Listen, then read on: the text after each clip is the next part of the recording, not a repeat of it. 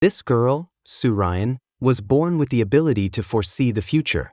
She could see the fates of others, their lives and deaths. But when she looked at the 17-year-old scholar, the first heir, she could not see his future at all.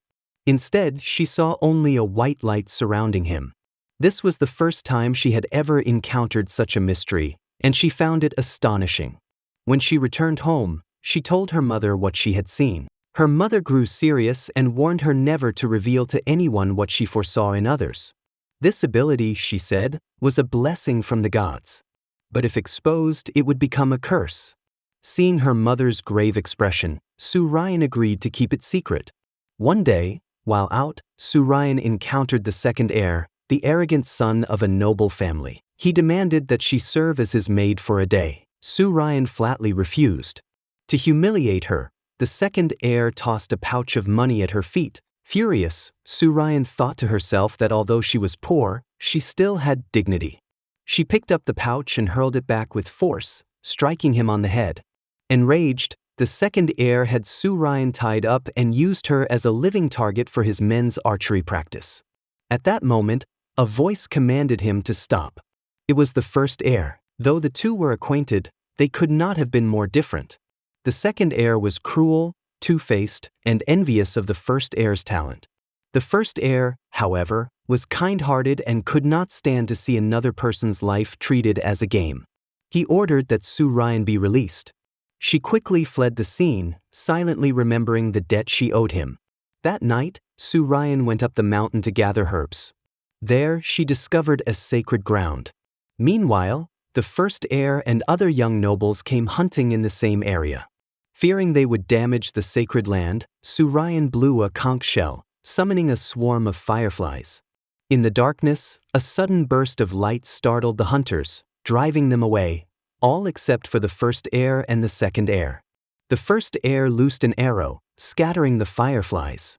He went forward to investigate, with the second heir close behind. Suddenly, the first heir lost his footing and fell, catching hold of a tree root to save himself.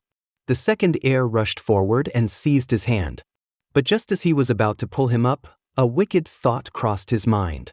He loosened his grip, telling the first heir he would fetch help, and then abandoned him. Hidden nearby, Summaries had seen everything. When the first heir's strength was nearly gone, she rushed to him, grasped his hand, and with great effort pulled him back to safety. Though both were exhausted and disheveled, this encounter brought them closer together.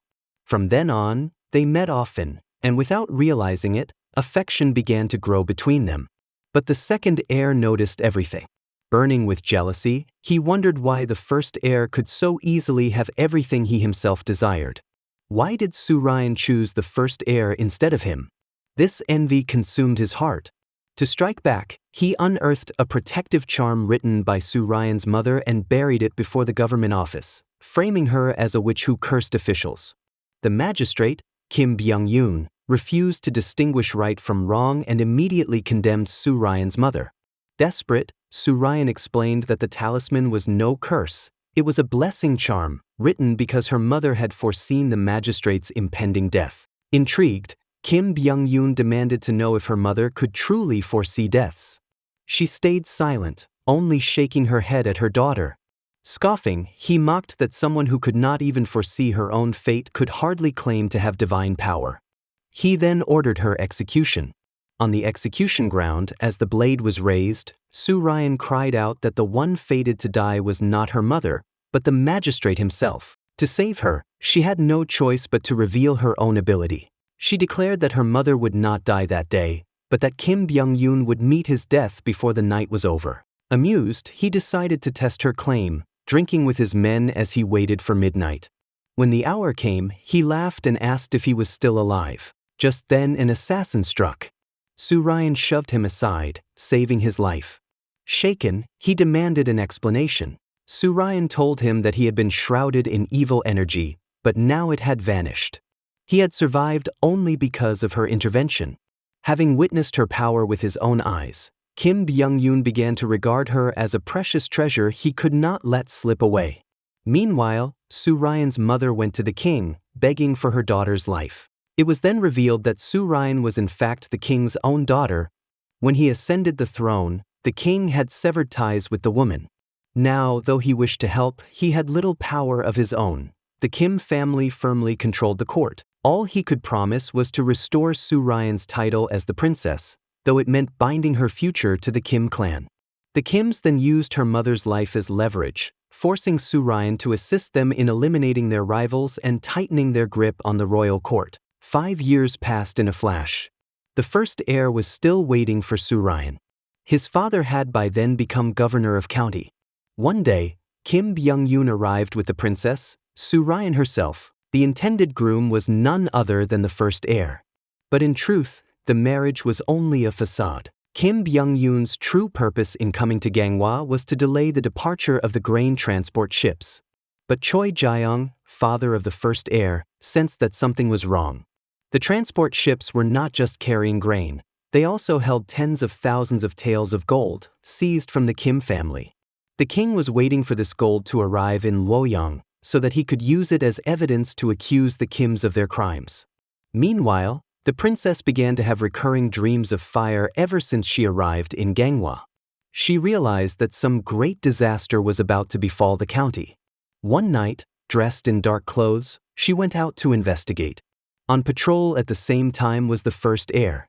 The two ended up chasing one another through the night until the first heir pulled her to the ground. When he removed her veil, both recognized each other immediately. The first heir had countless questions for her, but at that moment her guards arrived. It was then that he learned the girl from his past had now become the princess. She told him that she would explain everything another time, and quickly left. Around this time, Kim Byung-yoon, with nothing better to do, summoned a palace fortune-teller to read the horoscopes of the gathered young nobles. When the fortune-teller looked at the first heir, he was struck by his extraordinary presence and immediately asked for his birth date and time. The first heir only gave the date, claiming he did not know the exact hour. The fortune-teller nevertheless wrote down some cryptic characters and declared that his destined match was already before him, that he was of noble birth, a dragon among men. Just then, an elderly Taoist interrupted, calling his words nonsense. This man was known as Master Sansu and a respected sage who once prophesied that the current crown prince would become king. Recognizing his name, the fortune-teller was stunned into silence. Master Sansu told the first heir that he truly was a black dragon, but warned him, with the slightest misstep, he could fall and become nothing more than a horse. He would soon face a great trial, and until then he could not be joined with his destined partner.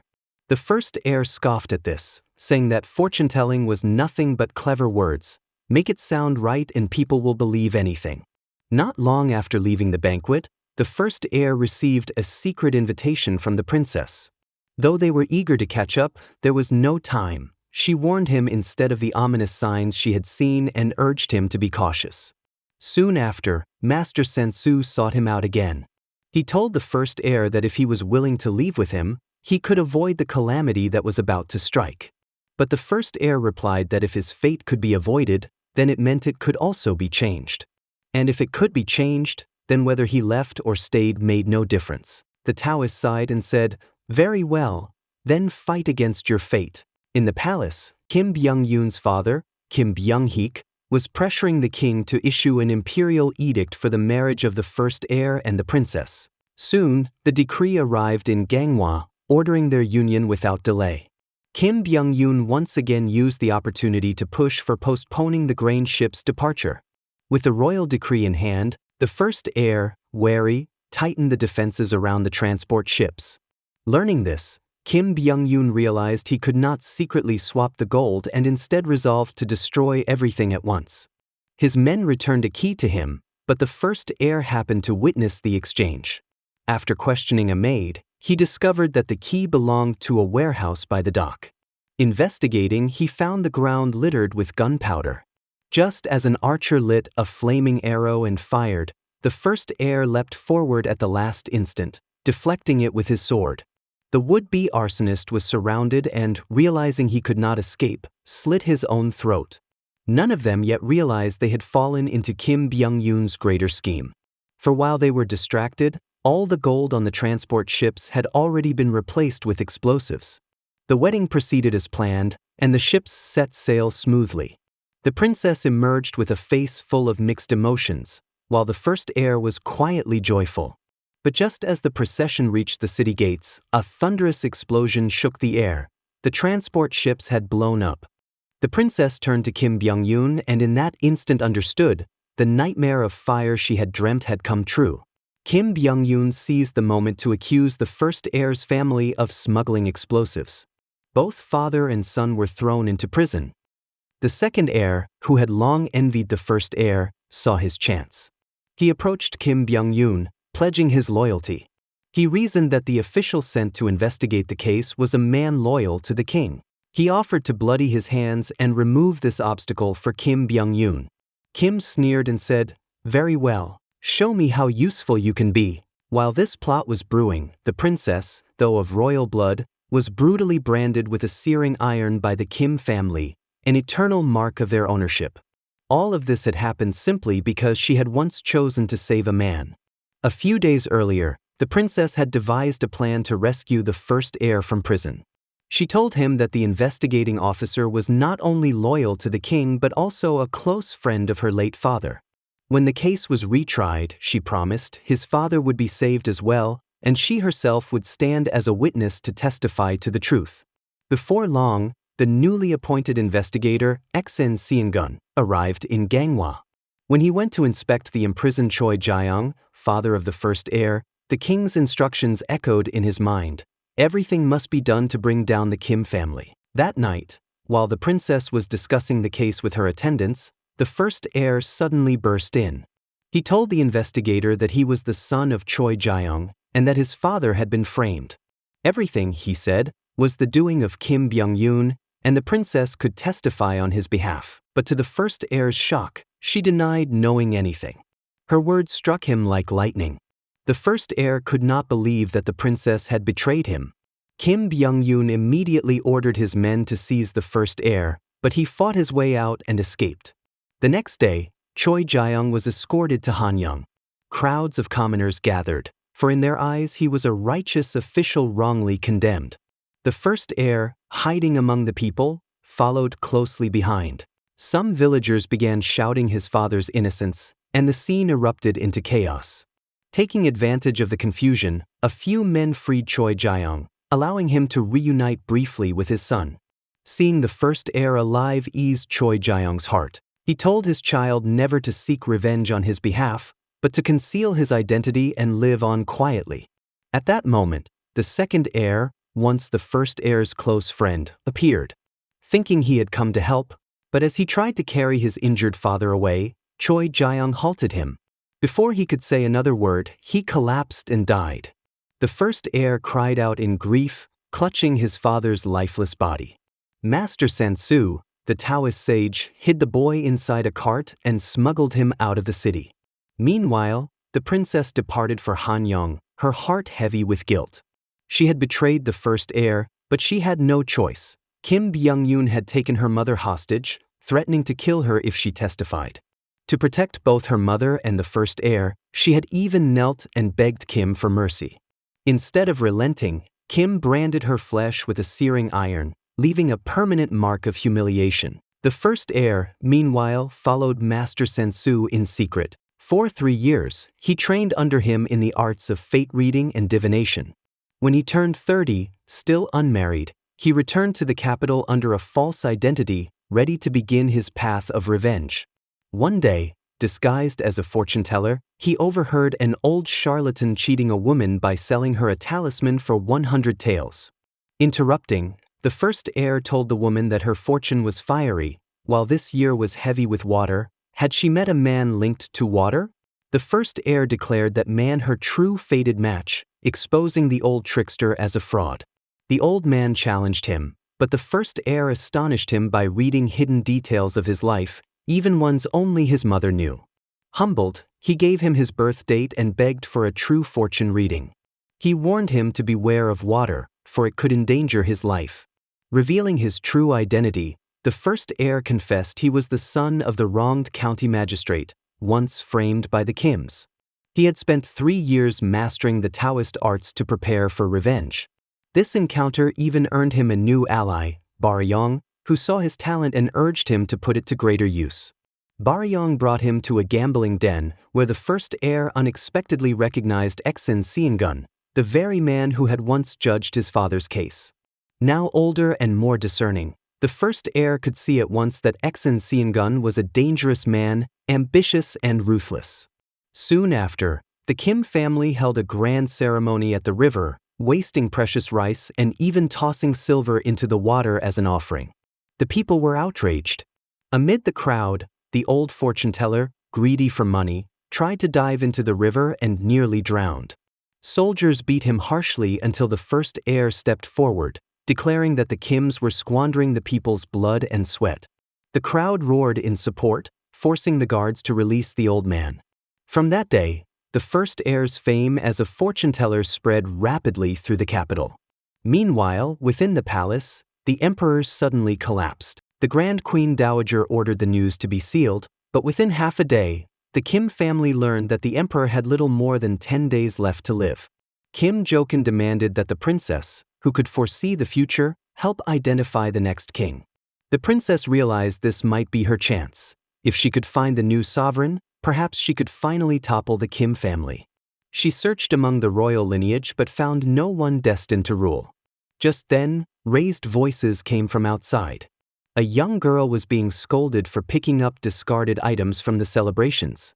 When the girl turned around, the princess saw something extraordinary.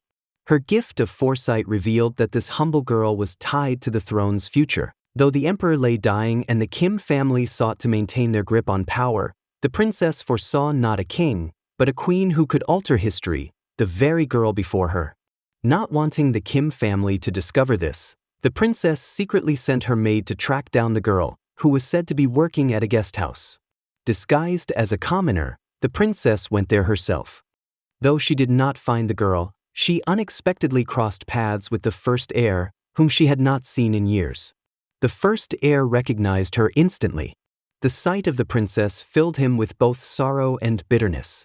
He recalled his master's warning: the closer he drew to this woman, the sooner death would come. Restraining his feelings, he told her coldly to live her life well and never appear before him again, before turning away.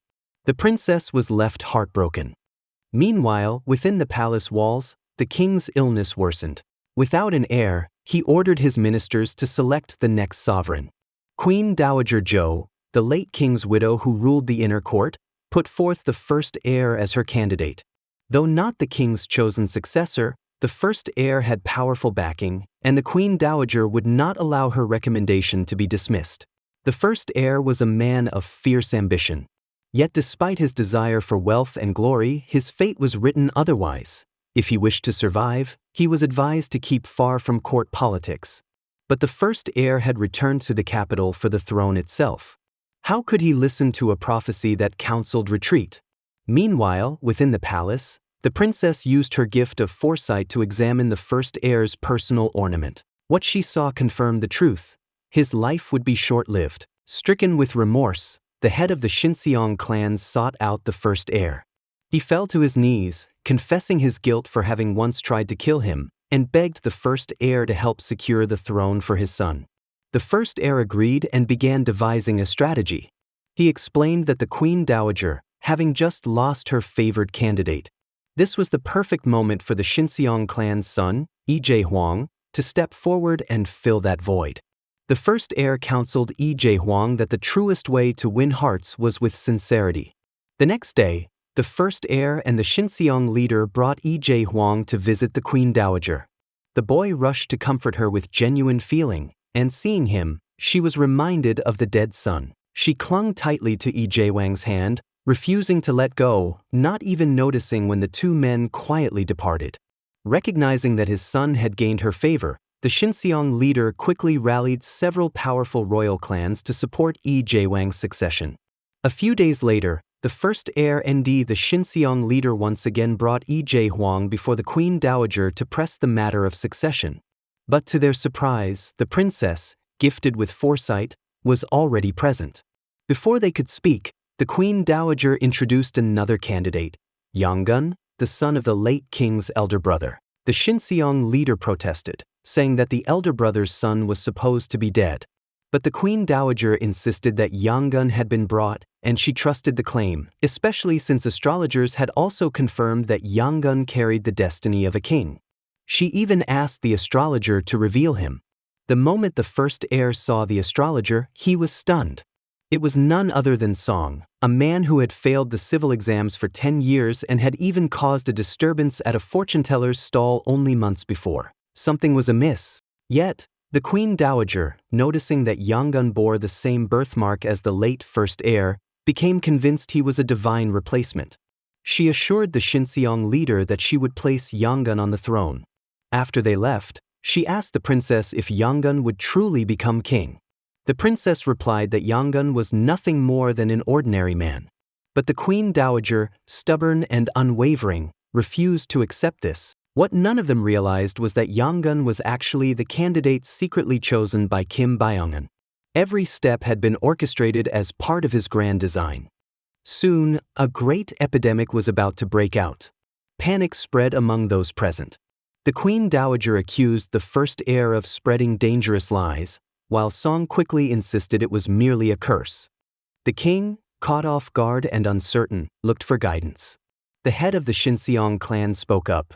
If such a plague truly arises, and we are unprepared, it will become a disaster for the entire nation. Song immediately retorted, I can stake my life on this. Such an epidemic will never happen. And if the first heir's prediction proves false, he too should pay with his life. The first heir hesitated for a moment, then firmly agreed. Song smirked, confident, for he had only made a broad prediction with a 50% chance of being right, while the first heir had spoken of a specific calamity with far slimmer odds. Still, the first heir's unwavering certainty unsettled the Queen Dowager.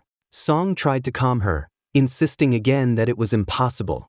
Meanwhile, the Xinxiang leaders sought out the first heir, asking why he would declare such a grim prophecy. The first heir explained that just days before, he had visited a village of commoners, where the plague had already erupted. It was severe, yet the local officials had concealed it and failed to take precautions. That was why he had revealed it before the king, hoping it could be contained in time. When they arrived at the village, the situation was dire.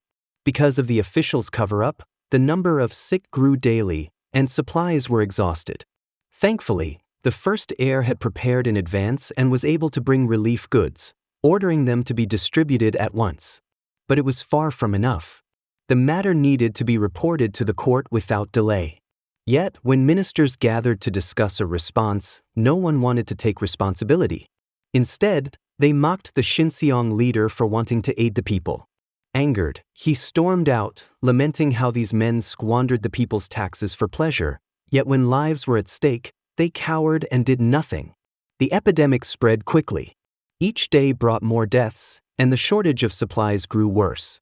Still, the court offered no real strategy. Witnessing this, the first heir's disappointment in the state deepened. The plague raged in the poor villages, where people had no money for medicine and officials refused to intervene. Each day, more fell ill and more perished. Desperate, the Xinxiang leader begged for funds, but the self-serving officials made excuses and denied him. Pushed aside, he grew furious, scooping up a handful of earth and casting it upon them, cursing those who cared only for themselves while letting the people die. At last, word of the plague reached the king. The court astrologer, Song, claimed the outbreak was the result of the first heir's curse. Many ministers, eager to shift blame, echoed him. But the king silenced them. He did not want excuses, only solutions. Kim Byung-un, eldest son of the Kim family, stepped forward with a proposal. All infected people should be driven beyond the water gate and quarantined there. The Xinxiang leader objected. Outside the gate lay only piles of corpses. This was nothing more than condemning the sick to die. The Kim countered coldly, the granaries are nearly empty. If we waste resources on those beyond saving, what will happen when the spring famine comes? The king, though unwilling to abandon the ill, found himself trapped, powerless to stop the order. Soon, officials began removing the patients. Fear gripped everyone. The first heir told the officials he would appeal directly to the king for the sake of the suffering people. But instead of being taken before the throne, he was led to Kim Byung-un. There, in front of him, Kim dismissed Song and proposed a bargain. If the first heir would support the Prince Yanggun's succession, the princess would be given as part of the arrangement. The first heir was deeply puzzled. Was not Prince Yanggun the very candidate chosen by the Queen Dowager herself to be the next king? Later that night, the first heir was finally brought before the king. The king told him that he believed the first heir would never curse the royal house. The first heir had always acted for the good of the people, but even so, the king could not oppose the power of the Kim clan. He granted him only 3 days to arrange shelter for the plague victims. When the time was up, guards stormed in, smashing belongings and dragging patients away. The first heir stepped forward. "These are living, breathing people," he declared. "I will not let you take a single one." At that moment his ally arrived, announcing that he had found a place to house the sick. The first heir had anticipated this situation and, days earlier, had arranged for another shelter. With relief, the patients were moved to the new site. Joy returned to their faces. As the weather grew hotter, the epidemic gradually subsided. The Xinxiang leader then came to the first heir, asking what should be done about Prince Yanggun, who stood as a rival to his own son's claim to the throne. From the man's eyes, the first heir saw a murderous intent. He wanted Prince Yanggun dead. But the first heir firmly refused. "If you kill him," he warned, "then even if your son becomes king, he will forever bear the stain of having murdered a royal kinsman." Dissatisfied, the Xinxiang leader pretended to accept his counsel, though in truth he still intended to act. The next day, the princess and the first heir summoned Prince Yanggun to test whether he was merely a puppet of Kim Byong'un. The first heir deliberately asked about the whereabouts of Song.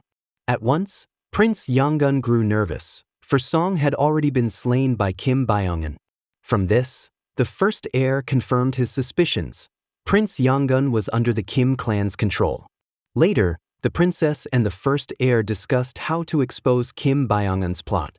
The first heir recalled the strange mark on Prince Yanggun's hand and told the princess that something was wrong with it. That night, the Kim patriarch and his son pressured the king, demanding that the princess be given in marriage to a member of their family, a man paralyzed and bedridden. The king refused.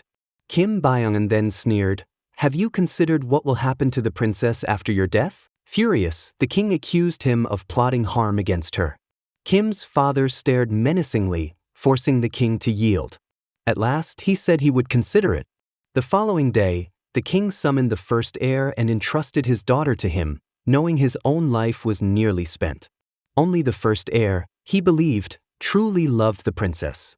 Kneeling, the first heir gave thanks and swore to cherish her with all his heart. Later, the princess carried out a ruse. Pretending to spill wine, she deliberately poured it on Prince Yanggun's injured hand, then seized it, exposing the truth. The birthmark was a false cover to hide the mark of a slave. Prince Yanggun was no royal at all, merely a servant disguised by the Kim clan, pushed forward as a candidate for the throne. The Kim patriarch was outraged, for he had known nothing of this deception. It was all the doing of his eldest son, Kim Byong'un. Kim Byong'un, desperate, threatened the princess, suggesting they kill the false prince to silence the truth. But the princess was prepared. She had already placed guards to watch the man's mother. If harm came to him, his mother would be brought before the king to expose everything. She told them she would keep the secret, on one condition: she and the false prince must be allowed to leave the household forever. Kim Byong'un opposed this. After all, the princess had the power of foresight. But Kim Jogin, seeking to protect the family from ruin, agreed. Thus, the princess at last won her freedom. Meanwhile, the false prince prepared to return to his home village. But the Xinxiang leader would not let him go. That night, he visited the Queen Dowager and presented her with a gift, the severed hand of the false prince. "Because of your blindness," he told her coldly, "the kingdom nearly fell into the hands of a slave." He then opened another box, revealing 100,000 silver taels. The Xinxiang leaders sought the support of the Queen Dowager, convincing her that only by uniting with him and his son could they defeat the Kim clan. She agreed. Meanwhile, the first heir addressed the people, telling them that the true person they should thank was the Xinxiang leader's son, Ej Huang, the one destined to be the new king. The crowd erupted in cheers. The next day, The first heir met the Kim, pretending to divine his fortune. He told him that his official career had reached its end and that his only path now lay with the Shinseong leader. He added that even the Kim's control over his household was slipping, and if he doubted this, he should ask his foster son, Kim Byong-un, who was secretly plotting to kill the Shinseong leader. After the first heir departed, the Kim confronted Kim Byong-un and discovered it was true. He had indeed hired assassins. At that moment, his younger son also revealed his own schemes. Realizing both sons had been plotting their own games, the Kim collapsed in despair. The plans of the first heir and the Shinseong leader were now fully in motion. Soon after, the king passed away. The queen dowager, unable to resist the tide, supported the Shinseong leader's son as heir. The Kim, trapped by his family's infighting, had lost his chance. The queen dowager officially named Lee Jae-hwang, the Shinseong leader's son, as the next ruler. Before his coronation, the Shinseong leader asked his son what was most important for a king. The young man answered, "The lives and safety of the people." Pleased, the Shinseong leader nodded. Soon, Lee Jae-hwang ascended the throne, becoming the 26th king of Joseon. The Shinseong leader now held absolute power, and both the kingdom and its monarch were firmly under his control. The Shinseong leader's first act was revenge against those who had humiliated him. At a banquet hosted by the Kim, the Shinseong leader arrived uninvited. After only 2 bites of food, he feigned being poisoned. Guards rushed in, and everyone realized it was a deliberate show of power.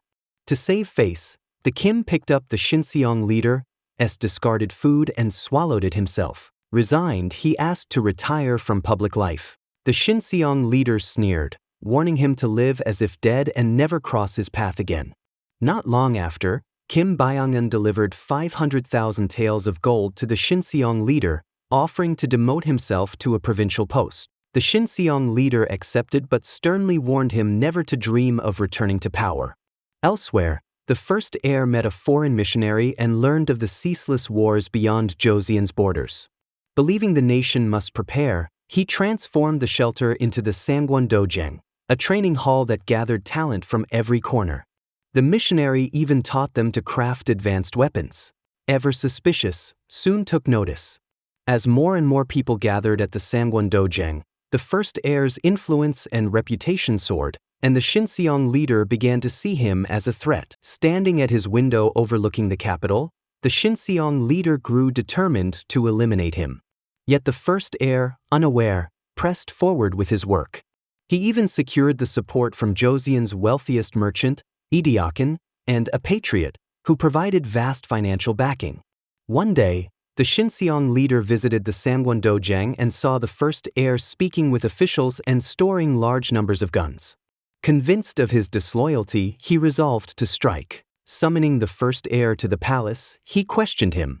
"Now that the epidemic is gone, when will you close the training hall?" The first heir carefully replied that many people had nowhere else to go, so it could not yet be shut down. The Shinseong leader then suggested sending the princess to live in the palace, insisting it was improper for her to remain outside. But again, the first heir refused.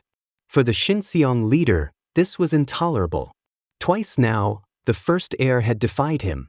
That night, assassins ambushed the first heir as he left. At the same time, the Shinseong leader ordered the Sangwon Dojang burned. Flames devoured the building. Some perished, others fled, and chaos reigned. Epidemic urged the first heir to escape by boat, but he refused to leave without the princess. Time was short, and with no other choice, Epidemic ordered his men to knock him unconscious and put him on a ship bound for foreign lands. After years of turmoil abroad, a group of missionaries secretly crossed the border into Joseon. Among them hid a strikingly handsome man, the first heir, missing for 3 years. His return had one purpose: to overthrow the Shinseong leader's rule. He gathered his old allies and made camp in an abandoned church. Meanwhile, at the palace, a new queen was to be chosen for the king, but every candidate came from the queen dowager's powerful clan. The Shinseong leader was determined to see one of her kin rise. The first heir seized this opportunity, finding a young woman named Minji, whose aura carried the bearing of a queen. He persuaded her to enter the palace. Minji hesitated, but when the first heir revealed his plan, she answered firmly, "If I can be of use to you, then I will try." The first step was to win the Xinxiang leader's favor. When she appeared before him, the Xinxiang leader tested her. "I hear that before His Majesty ascended the throne, you were close to him?" Minji recalled the first heir's warning that the Xinxiang leader disliked women who were too clever. She waited, and only when he pressed her again did she softly reply with humility, showing obedience rather than wit. The Xinxiang leader was satisfied. At the final selection, the Queen Dowager herself tested Minji, asking what she had been reading. Minji answered simply that she had studied only the most basic primers, little more than children's lessons. The Xinxiang leader, hearing this, was delighted. What he wanted was not an ambitious queen, but a docile one. With the first heir guiding her from the shadows, Minji rose to the throne as queen. One night, the first heir found the princess. 3 years ago, she had been gravely injured, losing her memory. Since then, she had been kept under the Xinxiang leader's control, her prophetic abilities exploited for his own designs. The reunion between her and the first heir was heavy with sorrow. In the palace, Minji soon discovered the dangers of her position. When she recommended a book on governance to the king, the Xinxiang leader rebuked her harshly, accusing her of meddling. She bowed her head in silence, even as the king tried to defend her, for the Xinxiang leader's fury extended to him as well. That day, resentment took root in her heart. Meanwhile, the first heir moved swiftly, reaching out to discontented factions. The wealthy merchant Epidemic brought him critical news. The Xinxiang leader and the Queen Dowager had quarreled. Seizing the chance, the first heir slipped into the Queen Dowager's quarters at night. "I can help you reclaim power," he whispered. Tempted by ambition and by her faith in his ability, she agreed. But the Xinxiang leader had already sensed his return. He ordered the arrest of the first heir's companions, only to be blindsided when the king issued an edict pardoning them. The Xinxiang leader stormed into the palace, only to find the court assembled without his knowledge. And there, before him, stood the first heir. The sight of each other set their eyes aflame. Before the Xinxiang leader could intervene, the ministers urged the king to declare a new post, the establishment of a military training bureau. The regent's suspicions sharpened. "Why was I not consulted?" he demanded. But the timid king only stammered. The Xinxiang leader's face darkened. The Queen Dowager then announced the final blow. The king had pardoned the first heir and appointed him as commander of the training bureau. It was a victory without bloodshed, but the first heir knew well, this was only the beginning of the true struggle. Back in the palace, the young king knelt at the feet of his officials, weeping and begging them not to abandon him. The queen witnessed this shameful scene and made a firm decision. The Xinxiang leader had to be removed and royal authority reclaimed. She introduced the first heir, who had once aided the king, to him. The first heir encouraged the king, saying, "You are the true ruler of this nation. You must step beyond your father's shadow and take power into your own hands." The king hesitated, admitting he was too weak to govern alone. The queen reassured him, promising that the first heir would help. The first heir declared with conviction, "So long as you are willing, I will do anything for you." No longer wishing to be controlled by his father, the king resolved to take back his authority. Soon, the first heir met with the Queen Dowager and Kim Byung-hak to discuss their move. At the next day's assembly, they would call for the Xinxiang leader's removal. That very night, the Xinxiang leader sought an audience with the king but was refused. It was the first time the king had ever denied him. Alarm bells rang in the Xinxiang leader's mind. In truth, the queen had insisted on the refusal, fearing the king might betray their plan if they met. Suspecting treachery, the Xinxiang leader acted first. In the dead of night, he had a fire set inside the king's chambers. Just as he expected, the terrified young king's first instinct was to summon the Xinxiang leader. Meeting him, the Xinxiang leader quickly learned of the scheme to depose him. The next morning, at court, when ministers demanded that the Xinxiang leader step down, the king faltered and could not give a clear answer. The first heir immediately sensed their plan had been exposed and ordered the chamber doors closed, but the guards refused to move. At that moment, the Xinxiang leader strode in with his own men and demanded to know why the council had gathered without him. The first heir stepped forward, but before he could speak further, the king, pressured and fearful, stood and declared, "In matters of state, the Xinxiang leader must always be heard." With that he left the chamber. The first heir realized the opportunity had been lost. Afterward, the Xinxiang leader surprised everyone by offering reconciliation. He told the first heir that instead of fighting, they should work together to serve the people. The first heir, knowing it was nearly impossible to oppose the Xinxiang leader directly now, reluctantly agreed. Not long after, the Xinxiang leader's isolationist policies provoked foreign aggression. French warships attacked Joseon's ports. The Xinxiang leader sent the first heir to assist the general in repelling the invasion. When the first heir warned him that while foreign enemies could be defeated, backward policies would ultimately destroy the nation, the Xinxiang leader dismissed his concerns. At the port, the general scorned the first heir, doubting his words because of his background. But the first heir told him, "Though you may not believe me now, you are a true and loyal official who fights for the people. That is why you will see the wisdom in this plan." The general, resolved to fight to the death, listened.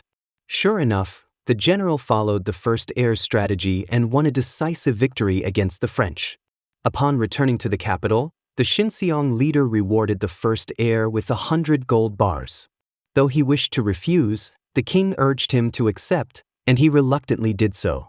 But the queen saw this moment and grew suspicious. To her, it seemed the first heir had sided with the Xinxiang leader. "If he cannot serve me," she thought bitterly, "then he must be removed." Soon after, at a banquet hosted by the first heir, he invited the Xinxiang leader and raised the issue of opening Joseon's ports. The mere suggestion enraged the Xinxiang leader, who fiercely upheld his policy of isolation. The first heir continued to press the Xinxiang leader to open the ports, but as the most powerful man in the kingdom, the Xinxiang leader could not tolerate such defiance. Angrily, he walked away, yet suspicion gnawed at him. Fearing that the first heir might be conspiring with foreign powers, he ordered the arrest of every missionary in Joseon. When the first heir confronted him, the Xinxiang leader produced damning evidence. A letter supposedly proving his collusion with foreigners, along with the gold bars recently bestowed upon him. "This is your final warning," the Xinxiang leader declared. "If you so much as deal with foreigners again, I will kill the princess." At that moment, the bond between them was severed. What the first heir did not know was that all of this was orchestrated by the queen, who had struck an alliance with the wealthy merchant Epidemic. Though Epidemic admired the first heir's vision, as a businessman she sided with power. The letter and the gold were both planted by her hand. Faced with betrayal and dwindling time, the first heir resolved to act. He told the princess, the woman he loved most, that he had bought land in Russia. "If I fail in what I must do," he said softly, "a signal will be sent. You must go there with everyone." He kissed her forehead deeply before departing. That night, he went alone to the Xinxiang leader's grand banquet. Feigning drunken rage, he spilled wine onto a needle hidden within the hall, an instrument he had prepared earlier, filled with volatile powders that would ignite upon contact with liquid. He turned to leave, but then saw two young girls wander into the hall. His conscience wavered.